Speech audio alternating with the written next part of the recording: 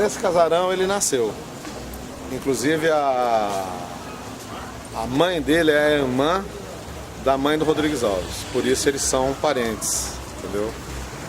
E logo moço ele foi embora pro seminário e deixou Guaratinguetá. Nessa parte aqui de baixo, onde você está vendo desse casarão, aí funcionava uma joalheria que era do pai dele. E a parte de cima era onde ele nasceu. Eles moravam em cima. Inclusive esse casarão foi construído pelo seu Miguel Cavalheiro, que era pai dele.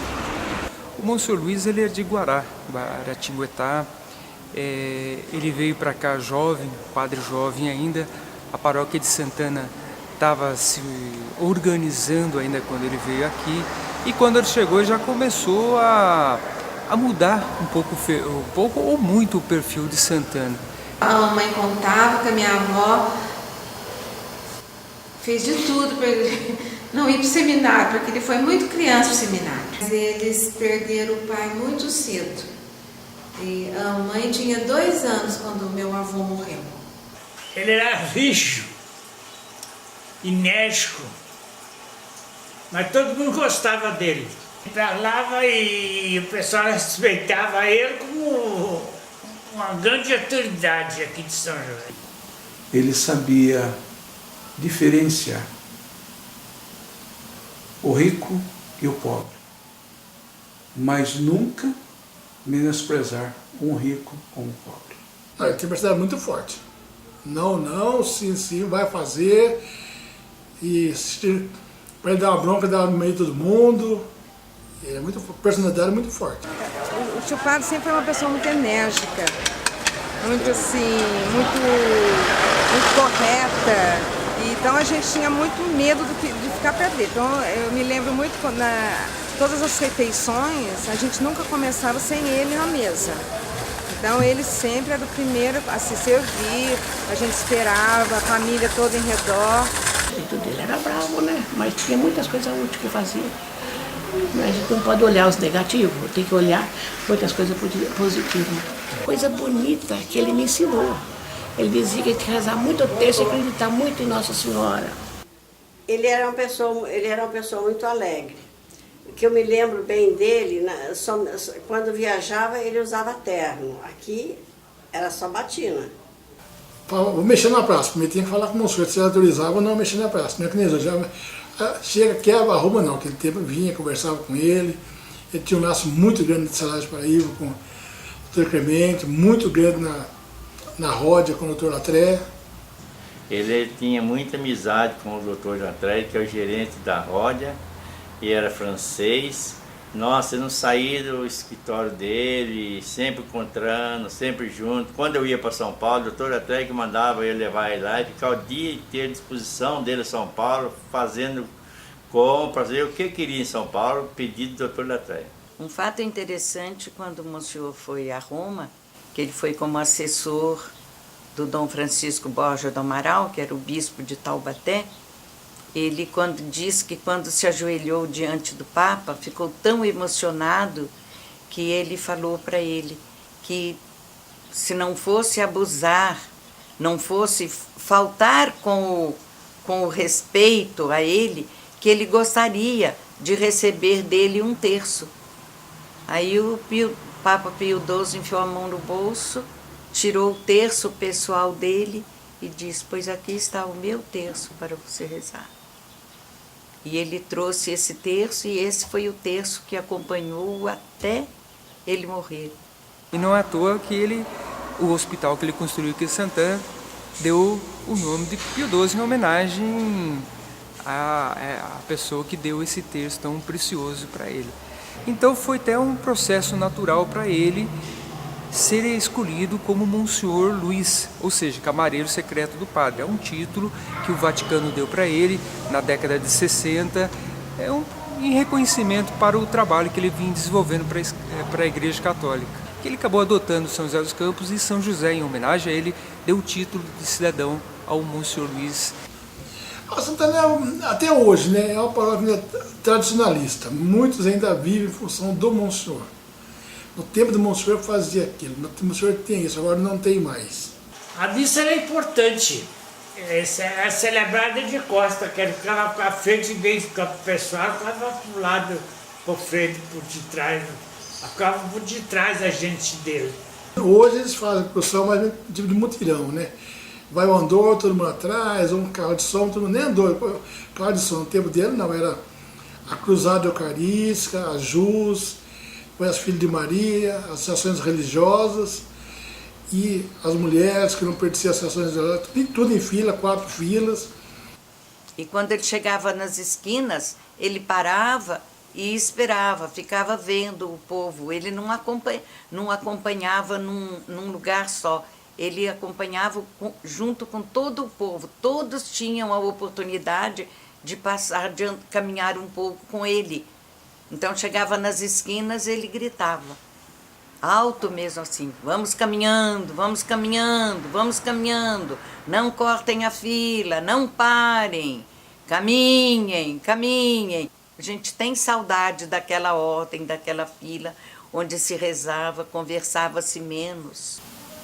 Porque antigamente era megafone, e essa pessoa pegou o megafone e começou a cantar. Daí ele lá do meio da procissão, ele, por conhecer todo mundo pelo nome, né? Então ele falava para as pessoas, chamando pelo nome, para tirar o megafone da mão daquela pessoa lá, e porque a pessoa não podia cantar mais. Então essa era a maneira dele se comunicar com as pessoas, né? Ele ia para Brasília, quando tinha um problema aqui, ele ia para Brasília direto lá com o presidente, e ia conversar com o presidente, pedir por que não saiu isso, por que não saiu aquilo. Caixa Econômica aqui, agora não tem mais a Caixa Econômica estadual aqui em Santana, né? Mas ele foi lá em Brasília e arrumou para vir a Caixa para cá.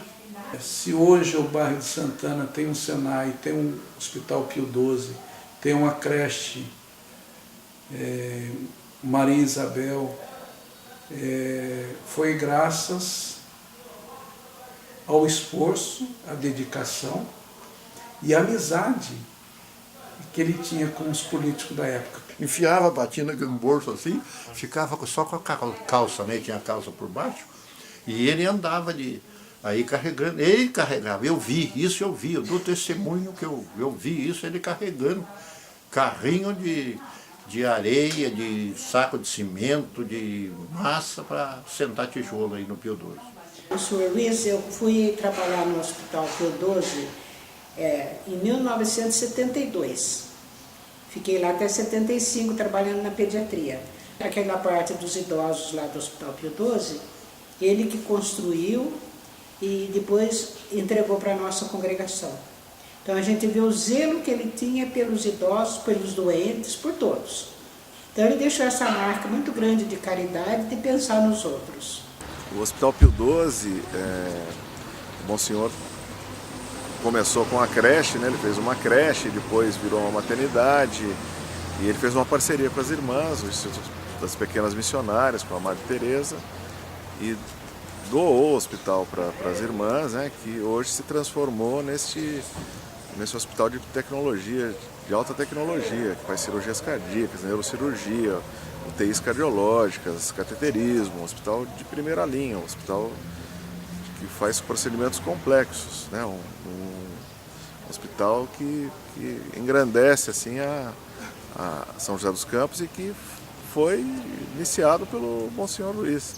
Araci praticamente cresceu sob a orientação do Padre Luiz. A família dela, a família da Araci, eles doaram aquele terreno que é feito Pio XII, foi doação dos pais da Araci. Jerônimo Carnevale, mais conhecido por Mimo Carnevale, foi ele o construtor da igreja. E é justamente a igreja atual de Santana, somente composta de linhas retas, é uma lembrança da engenharia da década de 70. A igreja, quando estava fazendo, o pessoal lá em São José falava que era um absurdo ele fazer uma igreja daquele tamanho num lugar como Santana. Eu consegui um terreno, comprei um terreno para a Vila Vicentina, que mais tarde eu doei para o Conselho Particular Vicentina de São José dos Campos. Depois, eu tinha muito dó do povo daqui, dava um corte no dedo, sabe, na Santa Casa. Santa Casa longe. Eu então, de acordo com alguns amigos, e tomei a peito e lançamos a pedra fundamental do Hospital Pio XII. Enquanto na década de 40, 50, São José era mais o centro era mais voltado aos tuberculosos, era um hospital, um grande hospital São José dos Campos, o centro. Era uma miséria tremenda. Eu mesmo presenciei a morte de 2 tuberculosos na rua, 2 aqui em Santana e 1 na rua Vilaça. Teve hemoptise e morreu afogado no sangue. Eu raramente ia à cidade. Eu sempre ficava por aqui, porque na cidade mesmo eu sabia que nos bares eles tinham 2 tipos de copo. Um tinha um fundozinho esverdeado, era para os doentes, e os copos normais para os de saúde. Então o garçom, mais ou menos pela cara, ele dava o copo. Eu nunca tomei nada fora de casa, mas eu tinha medo. Depois de mim, não tem ninguém, estou eu até agora aqui, 48 anos de paróquia, e encontrei 25 capelas na roça, onde eu dei assistência durante todo o tempo, e naquele tempo não havia carro, ou melhor, havia carro, mas não havia estrada, de modo que a gente andava sempre a cavalo, ou então de charrete. Mas ele andava por aí afora de cavalo, porque era uma paróquia muito extensa. Então ele ia para a roça, então ele tinha uma garrochinha, né? Por isso que colocaram o apelido dele de o xerife de Santana, porque ele tinha que se proteger. Dizem que é para não só dos animais, mas de alguns desafetos do Monsenhor Luiz. Mas ele logo aposentou essa garrochinha, virou apenas folclore. É que Santana, no tempo que eu vim para cá, não tinha soldado aqui. Então a gente precisava tomar algumas medidas drásticas que competia a polícia. Mas a gente então, com essa força moral que a gente tem, a gente costuma fazer de muita coisa boa e evitar males que venham prejudicar aqui a população do bairro.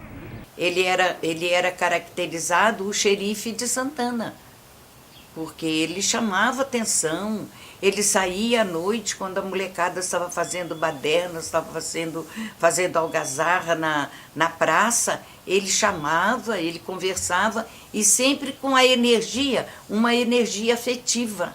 Eu saí daqui todo criançado, todo na frente, e até o Santa Cruzeiro, jogando bala, tacando a vara de marmelo na criançada. Na igreja ele era rigoroso, então uma vez a irmã dela, a sobrinha dele, estava lá na igreja, vestida de manga.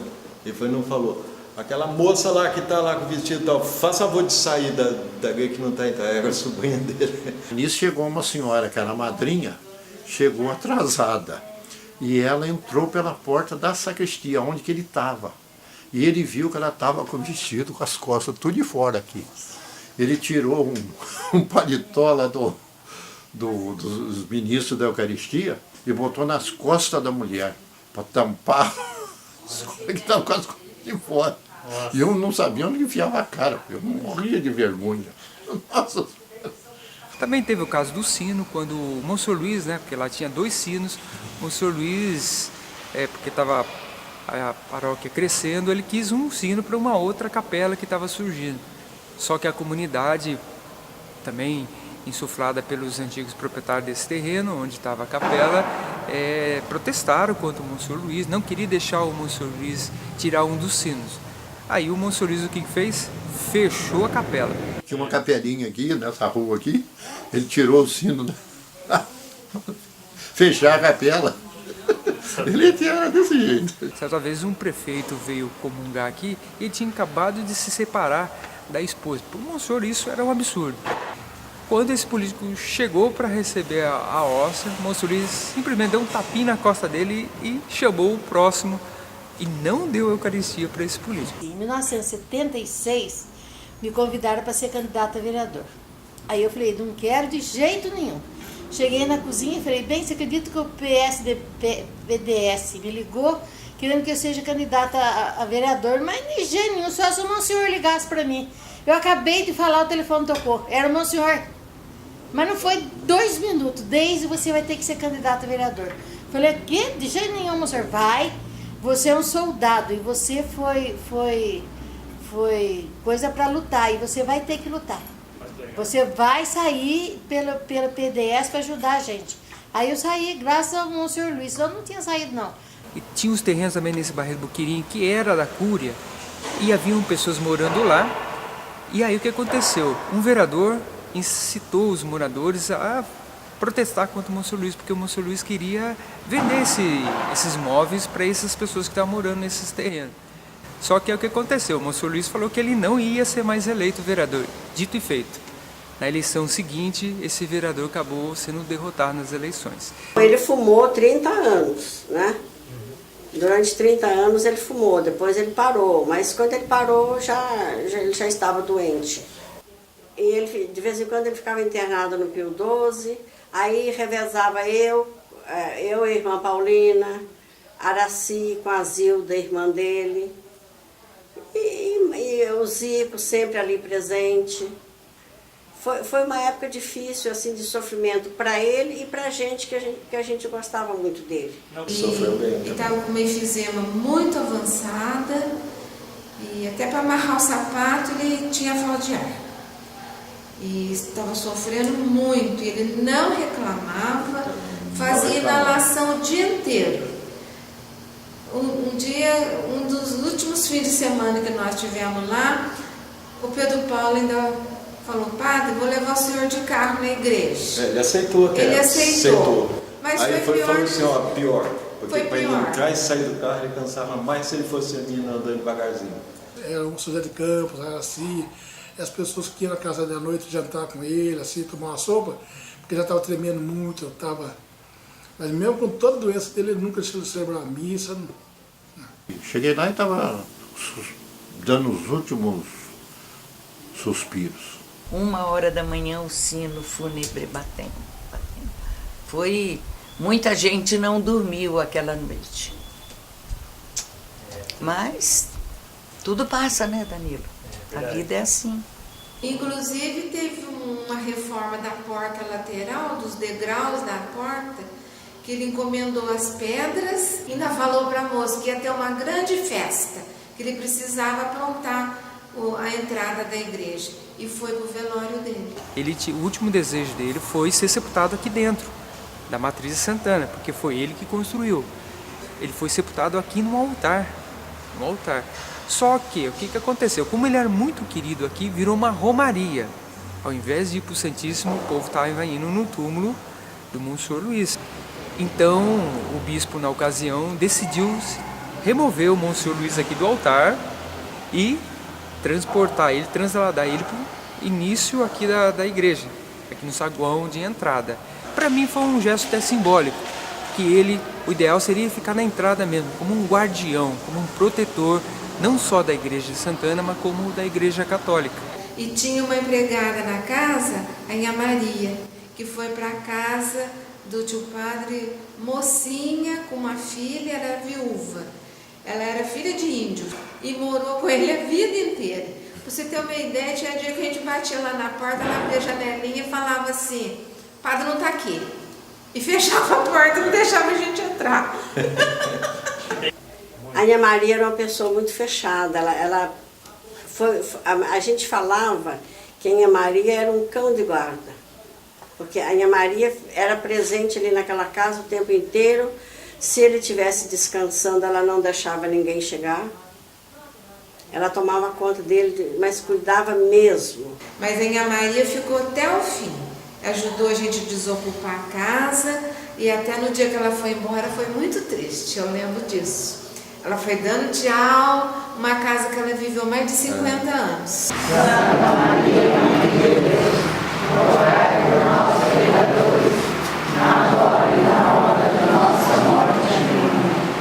E sempre continuo a falar sempre o que precisa, embora muitas vezes vai ferir os sentimentos de amor próprio e de vaidade de algumas autoridades.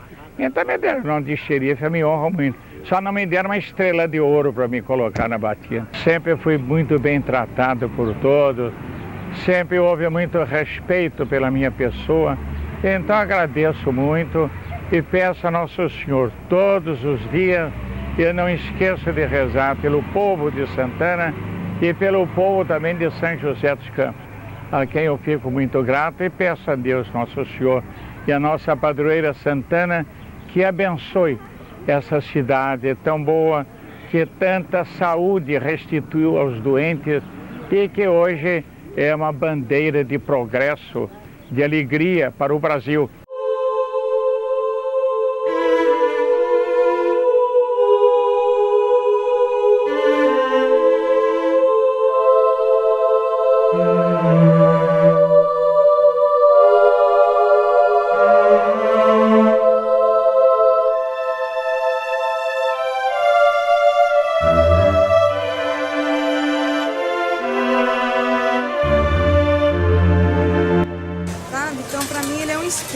Ele era uma pessoa assim que eu vejo assim como um ídolo.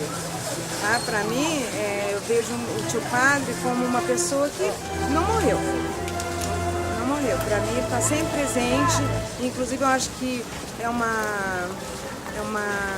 influência muito grande na nossa personalidade, no nosso caráter, porque as coisas boas a gente lembra dele.